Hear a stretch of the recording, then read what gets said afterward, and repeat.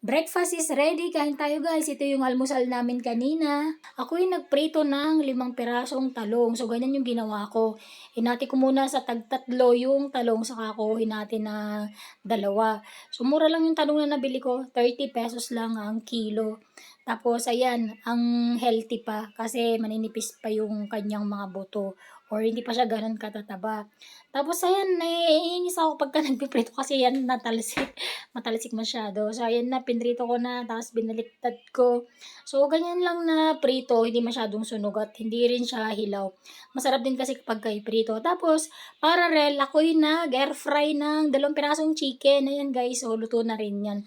30 minutes time at 180 degrees Celsius yung temperature niya. Tapos, nung 20 minutes na, binaliktad ko para, ayan, parehas yung pagkakaluto niya, golden brown. Ayan, guys. Tapos, ayan, meron akong bake paper dun sa ilalim para hindi na tumulo yung oil dun sa aking air fryer, guys. Mahirap kasi maglinis niyan. Tapos, ayan na, ready to serve na. So, with alamang, tapos kamatis, at may kalamansi. Kain tayo, guys. Yummy to. Ang sarap ng kain ko dito at nagkamay ako. Tapos, may kasamang sides na hinog na saging at peras. Thank you for watching. God bless everyone. Bye!